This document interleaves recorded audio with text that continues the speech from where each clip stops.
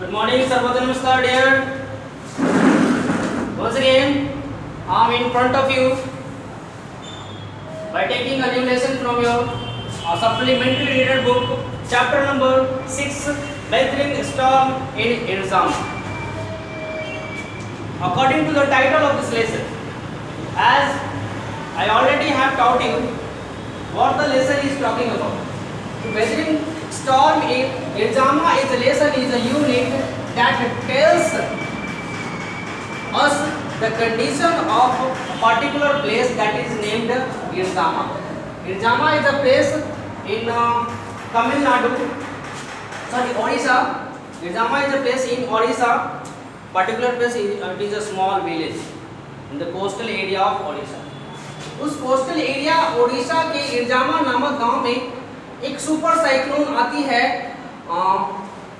In the year of 1999 and there is a character named Prashant who used to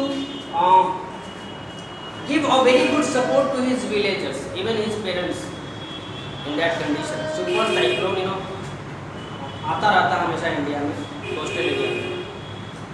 चलेंगे इस lesson के अंदर line by line. पहले there is a short introduction of the writer that I am going to tell you. Horst Mantor was born in Shillong in 1955. He is a writer and a social worker. He worked as an IAS in the state of Madhya Pradesh and even Chhattisgarh for 2 decades. 20 सालों तक उन्होंने मध्य प्रदेश के छत्तीसगढ़ में as an IAS officer उन्होंने सेवा की. आज छत्तीसगढ़ और मध्य प्रदेश अलग अलग बट गया है. At that time there is the same. Madhya Pradesh की वो कैपिटल हुआ करता था छत्तीसगढ़, शायद कंफर्म नहीं है. He has written many fictional story and even biography and even after the actual condition of society. हमारे समाज में जो एक्चुअल कंडीशन है, जो नॉर्मल प्रैक्टिकल लाइफ में भी देखा समझा जाता है, उस तरह की स्टोरी उन्होंने लिखी है. फिक्शनल स्टोरी, फिक्शनल समझते हैं बनावटी झूठी कहानी, ये सारा वो लिखा करते हैं. उनके लिखे गए जितने भी स्टोरीज हुआ करते थे उसमें से ये भी एक फेमस स्टोरी है. चलते हैं लाइन में. यहाँ आप देख पा रहे हैं the cyclone that hit Odisha in October 1999 killed thousands of people and devastated hundreds of villages for 2 dreadful nights. Prashant, a young man, was marooned on the roof of a house. On the third day, he decided to go to village. Did he find his family? अब ये जो प्रशांत आप character देख रहे हैं, this is the main character of this lesson and it is saying that in the year of 1919 there was a super cyclone in Odisha and that super cyclone thousands of people died. हजारों लोग उसमें मारे गए. जानवरों का नाम नहीं दिया गया लेकिन बहुत सारे जानवर भी मारे गए होंगे. अब बताया जा रहा है कि जैसा आप लोग जानते हैं प्रशांत अपने फ्रेंड के यहाँ गया था जो उसके गांव से 18 किलोमीटर दूर थी. वहाँ 2 दिनों तक फंसा था और after the second day he decided to go back to his village and find out his family. Question mark लगा दिया क्या वो अपने फैमिली को दोबारा देख पाया या नहीं. पता चलेगा जब लेसन पूरा पढ़ेंगे तब.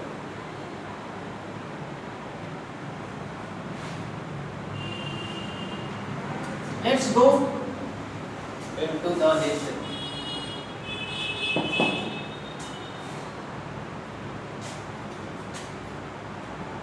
Here.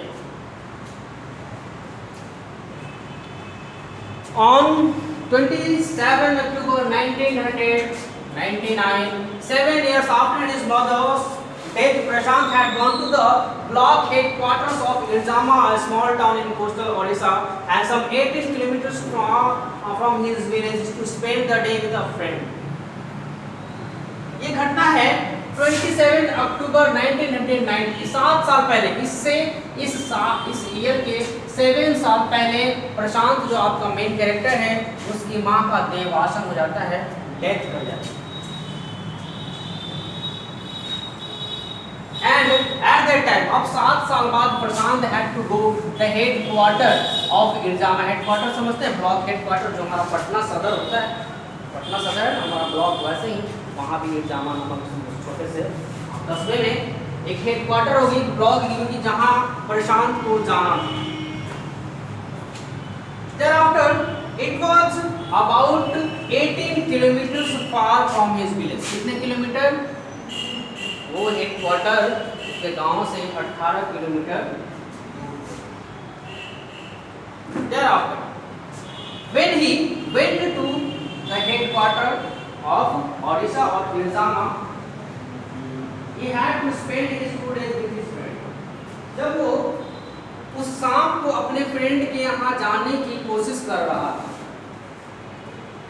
तब ये शाम में क्या होता है कि in the evening a dark and a menacing storm quickly gathered and wind sweeps against the houses with speed and fury that Prashant had never witnessed before।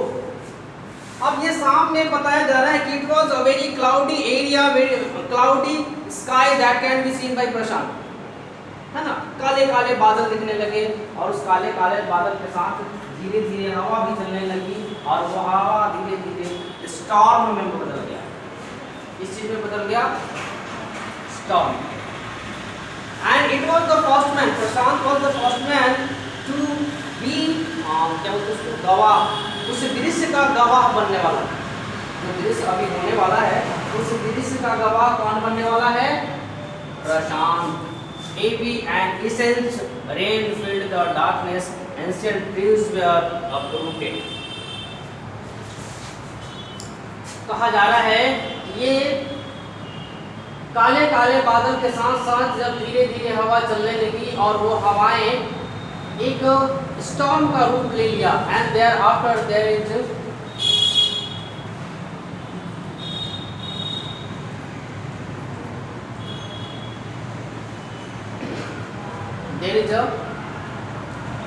they filled with rain, filled with darkness, and ancient trees were uprooted and crashed to the earth। उस आंधी तूफान में बड़े बड़े जो वृक्ष थे वो अपनी जड़ें छोड़कर गिरने लगे, उखड़ने लगे। Screams rent there as people and houses were swiftly washed away। The angry waters swirled into his friend's house, neck deep। The building was of brick and mortar and was strong enough to survive the devastation of the wind velocity of 350 km/h। जब ये बच्चा प्रशांत अपने friend के घर के पास पहुंचा, he can see and he can observe that the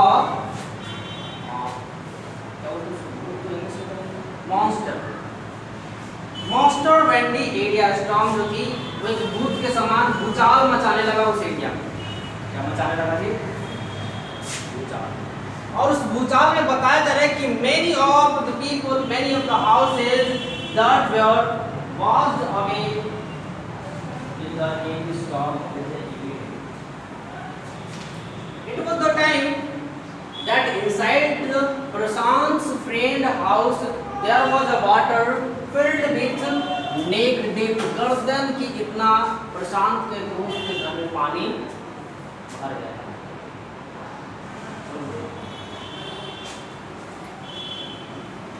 And in that devastation it was not very easy to survive underwater। पानी के अंदर हम लोग कैसे रह सकते हैं? We are not water animals, है ना। वाटर एनिमल्स है नहीं कि पानी के अंदर आसानी से रह सकते हैं, आसानी से मुश्किल हो गया वहाँ रहना। अब बताया जा रहा है कि जो स्पीड से जो स्टॉर्म चल रही थी उसकी वेलोसिटी जब नापी गई तो वो उसकी स्पीड थी 350 km/h। But the cold terror of the family grew with the crashing of tree and that had got uprooted and fallen on their houses sometime in the middle of the night, damaging its roof and walls। पानी घर में घुस चुके थे and they have to move to the top of the floor to survive their life। अपने जीवन को बचाने के लिए उनको छत पर जाना था। But at the roof of the house there was not a very good condition। There was a very huge storm that was running all over the area। और आसपास जो पेड़ लगे थे वो पेड़ उस हवा में टूट टूट कर उस छत पर गिर रहे। और जब गिर रहे थे तो बारिश भी हो रही थी और आंधी भी चल रहा था, और बारिश और आंधी दोनों जब एक साथ चलने लगता है तो इंसान को ठंड भी लगता है ना। अक्टूबर का महीना भी था, है ना। आगे बढ़े।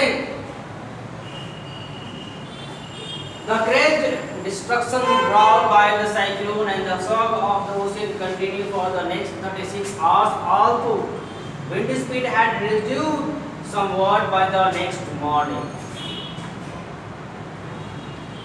अब बताया जा रहा है ये जो great destructions of cyclone, super cyclone ने जो बहुत अद्भुत किस्म का तबाही मचाया था, अद्भुत किस्म का तबाही मचाना, जिस तबाही को हमने अपनी आंखों से कभी नहीं देखा और फर्स्ट टाइम जब उसको ऑब्जर्व करते हैं तो उसको उस तरह से बोलते हैं ग्रेट डिस्ट्रक्शंस। जैसे आप यूट्यूब पे जाएंगे और कहीं पे सुपर साइक्लोन वाला वीडियो देखेंगे तो अजीब तरह का वीडियो दिखा, डर लगता है ना। तो इस तरह के साइक्लोन को बोलते हैं ग्रेट डिस्ट्रक्शन। ये ग्रेट डिस्ट्रक्शन जब उस एरिया में आया और लगातार 36 घंटे तक चलता, and it will be remind और रिज्यूम्ड आफ्टर 36 आवर, 36 घंटे के बाद उसमें थोड़ा थोड़ा कमी आने लगा। इसमें कमी आने लगा stop.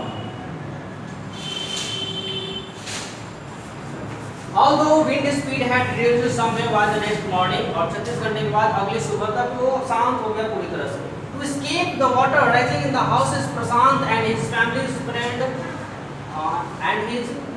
family had taken refuge on the roof. Prashant will never forget the shock he experienced at his first glimpse of the devastation brought by the super cyclone in the grey light of the early morning. अब early morning जैसे बताया जाए कि next morning में जब वो सारे अपने छत पर थे तो कह रहे हैं कि छत पर रहना बहुत मुश्किल है, आंधी तूफान तो कम गया लेकिन बारिश अधिक हो रही है और कई दिनों से इंसान जब भीग जाता है तो खराब होने की संभावना बढ़ कह रहे हैं उनके फैमिली वाले कि हम कई दिनों तक, कितने दिनों तक छत पर रह सकते हैं। That is why they have taken a refuge to live on the. अब ये प्रशांत साहब कह रहे हैं कि they will never forget the shock. उन्होंने जो दृश्य अपने लाइफ में देखा है उस दृश्य को कभी भूल नहीं पाएंगे। अनफॉरगेटेबल मोमेंट होगा उनके पूरे लाइफ में। क्या होगा? Unforgettable moment in the grey light of the early morning. Grey light of early morning की बात करें तो सुबह सुबह सूर्योदय होने के पहले का जो वेदर होता है धुंधला धुंधला सा, उसी को अक्टूबर नवंबर में कुहासा जैसा हो जाता है।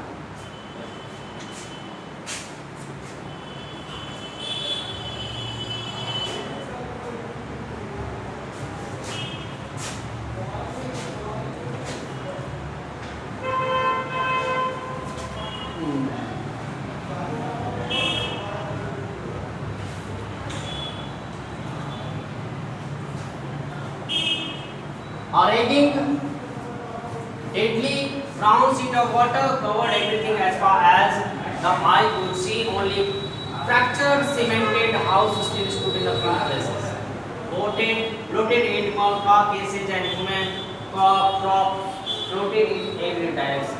अब सुबह सुबह जब ये फैमिली वाले उठे, प्रशांत उठा तो प्रशांत की नज़र जहाँ तक जा पाती थी, जहाँ तक उसकी निगाह देख पाती थी, वहाँ तक वो बताता है कहीं भी कोई झोपड़ी नजर नहीं आता है। बस वही मकान नजर आते थे जो सीमेंटेड है, आयरन है और बहुत स्ट्रॉन्ग है। वो मकान भी फ्रैक्चर्ड हो गया, जगह से टूट गया है, लेकिन अभी इसके पानी में खड़ा है, मजबूत पानी में। बाकी सारे के सारे वास हो गए।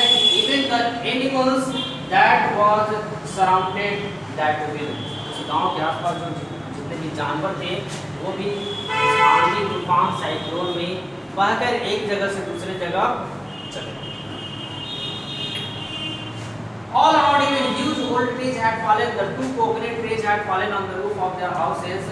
This was a blessing in the disguise because the tender coconuts from the tree kept the trapped family from starving several days that followed. अब बताया जा रहा है यहाँ से प्रशांत के द्वारा,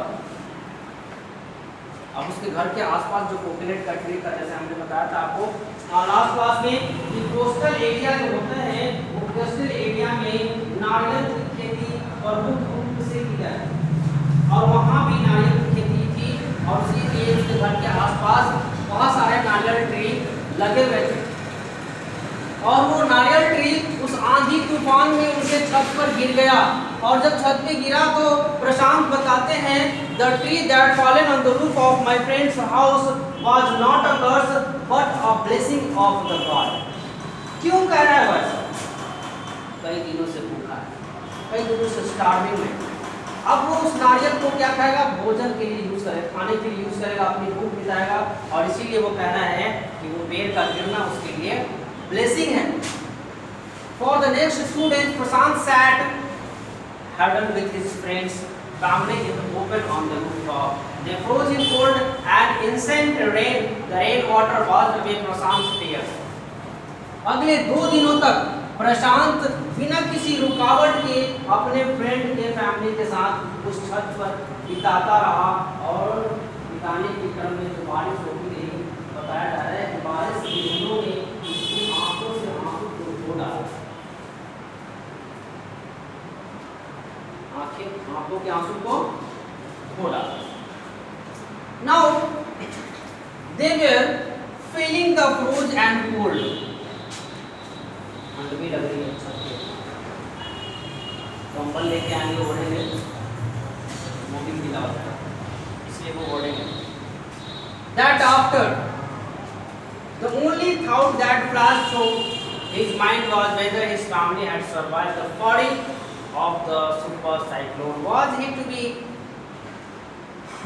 bereaved once again?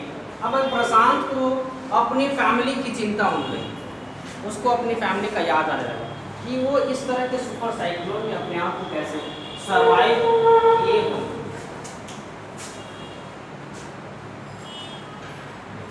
वो जीवित भी हैं कि नहीं, वो अपने फैमिली को दोबारा देख पाएंगे कि नहीं, इसकी चिंता किसको होने लगी, प्रशांत। After 2 days which seemed to Prashant like 2 years, the rain ceased and the rain water slowly began to recede. Prashant was determined to seek out his family without further delay. अब ये प्रशांत बताते हैं कि 2 दिनों तक अपने फ्रेंड के यहाँ वो ट्रैप्ड रहा, फंसा रहा और वो 2 दिन उसके लिए 2 साल के बराबर रहा। अब वो अपनी फैमिली के बिना नहीं रह सकता था। दैट इज वाई वो कह रहा है कि बिना देर किए हुए अब उसे अपने गांव की ओर जाना चाहिए। You know the condition of this time.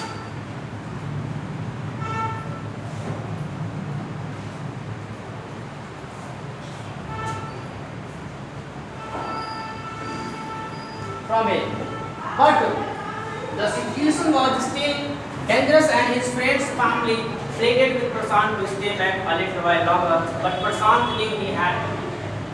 When Prashant go to his friend's family to ask for the permission to go back to his village, the friend's family pleaded him to stay more longer days. उन्होंने उसके family वालों ने कहा कि अभी जो condition है वो अभी ठीक नहीं है, अभी भी बहुत खतरनाक है, पानी चारों तरफ भरा पड़ा है और आपको इस कंडीशन में अभी नहीं जाना चाहिए। लेकिन प्रशांत को बेचैनी होगी, सब लोगों को अपनी फैमिली की चिंता होती है और इसलिए उसे जाना ही था, उसको मालूम था कि He equipped himself with a long stocky stick and then started on his 18-kilometer expedition back to his village. The wooded swollen flood water. It was a journey he would never forget. He constantly had to use his stick to locate the road to determine the path.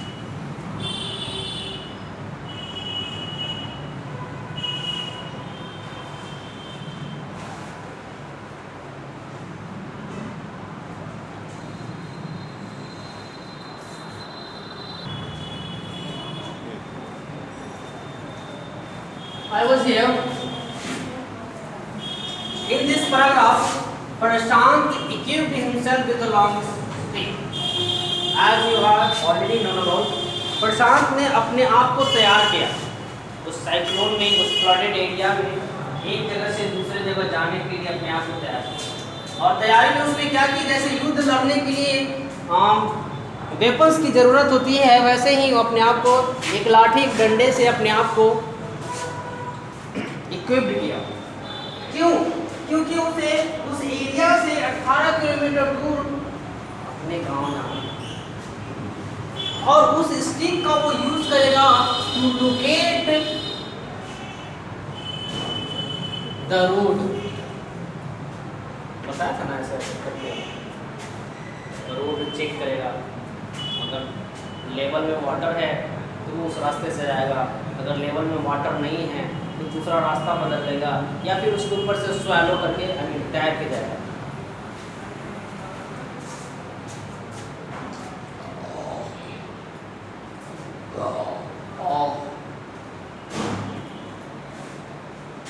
You can see the figure, इस तरह हो जाएगा, ठीक है। और ये रास्ते में इसके अंकल के दो फ्रेंड मिलते हैं, पता है ना। चलिए आगे चलते। Where the water was most shallow, at places it was waist deep and progress was slow. At several points he lost the road and had to swim. After some distance he had revealed to find two friends of his uncle who were also returning to their village. They decided to move ahead together. In this paragraph, Prashant is saying about himself that he was continuing to cover his path with the stick, and where there is lots of water, there he cannot move by walking. He had to तैर कर जाते थे, जहाँ पानी ज़्यादा हो जाता था वहाँ प्रशांत को तैर कर मूव करना था। After covering a long distance he find two men who was his uncle's friend. They were also returning to their village from somewhere. वो दोनों भी अपने गांव को लौट रहे थे, वो भी कहीं उस आंधी में, कुछ तूफान में, साइक्लोन में फंस गए थे, और वो भी अपने गांव को लौट रहे थे। तीनों के कंडीशन ऑफ देयर फैमिली। अब वो तीनों मिलकर एक साथ अपने गांव को जा रहे थे, एक रास्ते को तय कर रहे थे। As they waded through the waters, the scene they witnessed and grew more and more macabre. They had to push away many human bodies, men, women, and children, and even carcasses of dogs, goats, and cattle that the current swept against them as they moved ahead. अब ये as they waited कह रहा है कि जैसे जैसे वो आगे की ओर मूव कर रहे थे, अपने डिस्टेंस को कवर कर रहे थे, they had to face many difficulties in the area or in the path. Difficulties कैसे आते थे उनके रास्ते में? बताया जा रहा है कि there is many dead bodies that are floating on the water in his path, like men, women, children, and even the dogs, even the animals. लाशें, डेड बॉडी उनके रास्ते में आते थे और उसको अपने डंडे से सहारे किनारे कर देते थे और फिर आगे की ओर बढ़ जाते थे।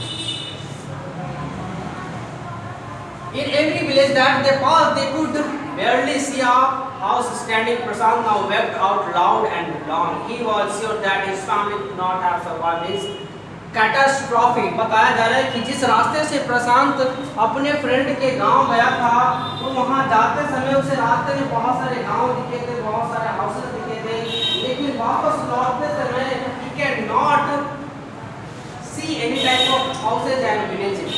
अब उसे कोई गांव नजर नहीं आ रहा है, कोई घर नजर नहीं आ रहा है, सारे के सारे उस तूफान में, उस साइक्लोन में बह चुके हैं। और इस दृश्य को देखकर प्रशांत और भी दुखी होने लगता है, रोने लगता है कि जहाँ से मैं गुजर रहा हूँ वहाँ का कंडीशन मुझे ठीक नहीं लग रहा है, तो पता नहीं मेरे गांव का क्या कंडीशन। और इसी बात को सोच कर वो जोर जोर से रोता है। Now he was sure that his family could not have survived this catastrophe। कह रहा है कि उसका फैमिली भी अब इस सुपर साइक्लोन में अपने आप को सर्वाइव नहीं कर पाएगा।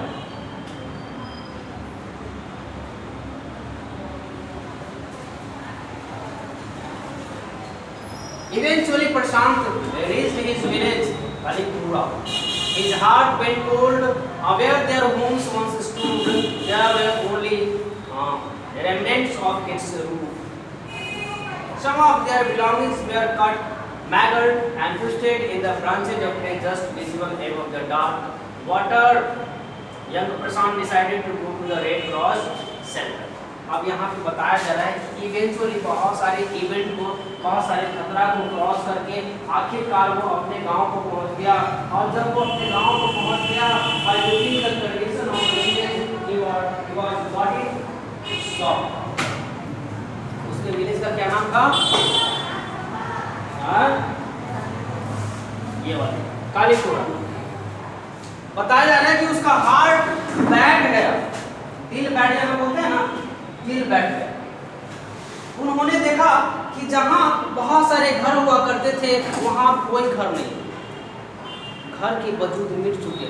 अगर कुछ सबूत बचा हुआ है उससे कुछ मटेरियल जो मलबा होता है वो मलबा बस देखने के लिए बच गया है, जिससे हम अंदाज़ा लगा पाते हैं कि यहाँ बहुत सारे घर थे। लेकिन उसके बाद उसके जो बहुत सारे ग्रामवासी थे, बहुत सारे रिलेटिव्स थे, वो कहाँ बैठे थे? सिकुड़ कर पेड़ के डालियों पर बैठे। But the many people who used to sit on the branches of the tree, in which Prashant did not find any relatives, अपने परिवार वालों को नहीं देख पाया। Then he went to the Red Cross Center. कहाँ जाएगा प्रशांत? रेड क्रॉस सेंटर जाएंगे। यहाँ Prashant decided to go to the red cross centre to look for his family. अब ये कोई सरकारी आपदा प्रबंधन विभाग के द्वारा सिस्टम बनाया जाता है इस तरह के आपातकालीन स्थिति में, जिसको रेड क्रॉस सेंटर या रेड क्रॉस सोसाइटी कहते हैं। अब ये लड़का अपने फैमिली मेंबर को ढूंढने उस एरिया में जाएगा। इस एरिया में जाएगा red cross centre. Among the first people he saw in the crowd was his maternal grandmother, weak with hunger. He reached home and her hands outstretched, her eyes brimming. It was a miracle he had long given to him for help. अब ये लड़का प्रशांत जैसे ही red cross centre में पहुंचता है, उस सारे भीड़ में he can see first his maternal grandmother, मतलब नानी। उसको सबसे पहले प्रशांत अपनी नानी को देखता है और नानी के फिजिकल कंडीशन को देखकर वो समझ पाता है कि नानी कई दिनों से भूखी है, कई दिनों से भूखी है। उसका फिजिकल कंडीशन वीक हो चुका है। इवन हर आई वाज ग्लिम्पिंग, बार-बार होना, दैट इज कॉल्ड ग्लिम्पिंग। उसकी आंखें पथरा रही है, किसी का राह देख रही है। जो अपना है ना, कभी-कभी मुसीबत में हम हो जाते हैं तो प्रैक्टिकल लाइफ में हम अपने का खोज करते हैं, उनका राह नहीं आते हैं। और वो की नानी भी किसी का खोज में थी, आंखें पकड़ा रही। जब उसकी नानी ने प्रशांत को देखा, उसके पास दौड़ी भागी पहुंची और उसे गले से लगा ली, embarrassed him tightly.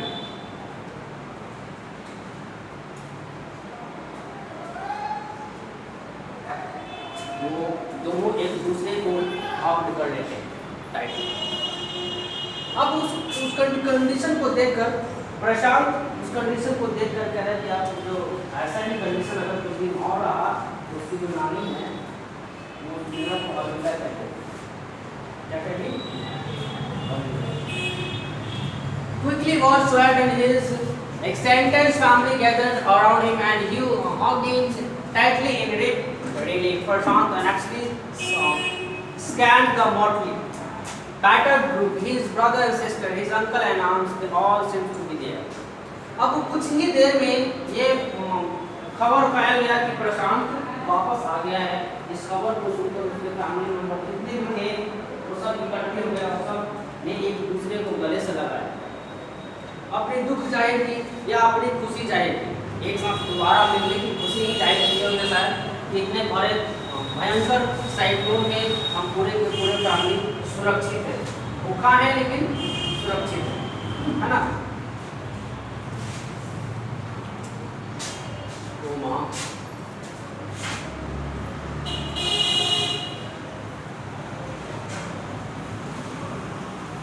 By the next morning, as he took in the desperate situation in the shelter, he decided to get a grip over himself. He said, a deathly gripe settling upon 2500 strong crowd in the shelter. अगली morning के बाद अब प्रशांत बताया जा रहा है, it was looking a separate situation. मतलब वहाँ जो शेल्टर थी वहाँ कितनी आबादी होगी, कितनी आबादी है, 2500 लोगों की आबादी है और उस आबादी से सेपरेट करने की जरूरत है, मतलब लोगों की भीड़ को कम करने की जरूरत है, ऐसा प्रशांत सोच रहे हैं. There is a very deadly gripe in the crowd of the shelter. बहुत सारे लोग जब एक जगह जमा हो जाते हैं और जमा होने के बाद लोग फुसफुसाते थे. फुसफुसाना मतलब आपस में बात भी करते हैं और गूंजता है. जैसे आप सब्जी बाजार में चले तो वहाँ 2500 आदमी भी होता है, तभी वहाँ गूंजता है. और जहाँ ऐसे 2500 आदमी खड़े हों आवाज़ गूंजता है, इसलिए प्रशांत होता है कि इनको सेपरेशन की ज़रूरत है, अलग अलग बांटने की ज़रूरत है टू बिकम और to survive a healthy life. अब क्या करेंगे? 86 lives were lost in the village. All the 96 houses had been washed away. It was their 4th day after cyclone. अब बताया जा रहा है कि जब ये साइक्लोन आया तो उसके गांव से 86 लोग मारे जा चुके थे.